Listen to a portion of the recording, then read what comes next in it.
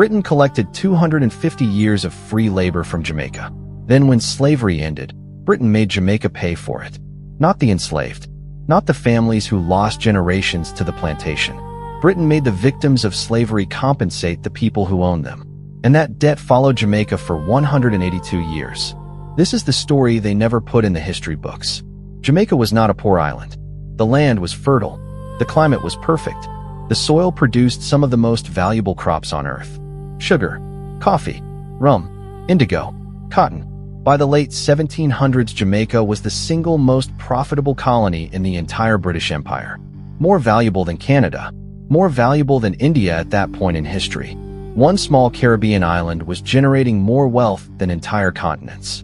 But walk through any Jamaican village in that same era, and you would find no schools, no hospitals, no roads connecting communities, no running water.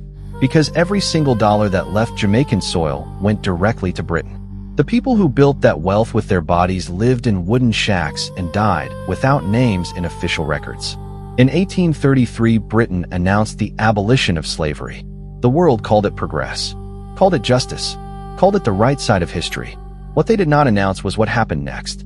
The British government paid out £20 million in compensation for the end of slavery. £20 million, the equivalent of $17 billion today. Every single penny went to the slave owners. Not £1 reached the people who had been enslaved. Not 1 shilling. Not 1 penny. And to fund that compensation payment, Britain took out a massive government loan. That loan was charged to the British taxpayer. British taxpayers, including the descendants of enslaved people living in Britain, were still repaying that loan in 2015. 2015. Your grandparents' generation was still paying Britain's debt to slave owners.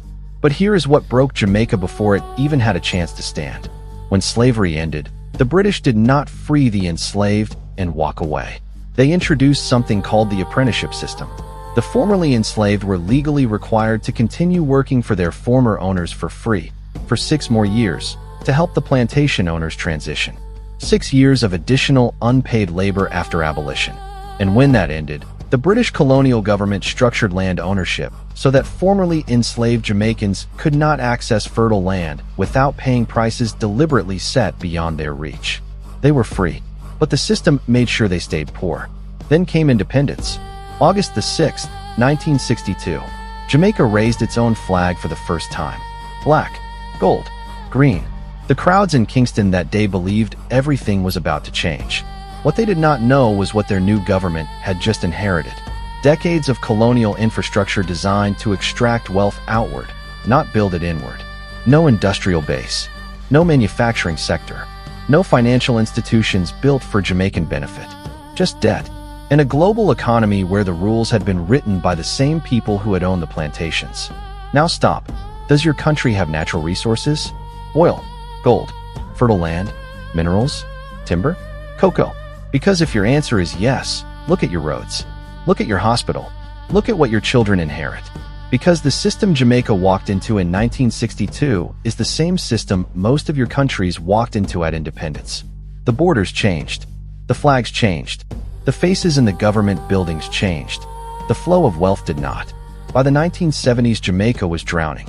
The bauxite that built aluminium for the entire Western world was being pulled from Jamaican soil at industrial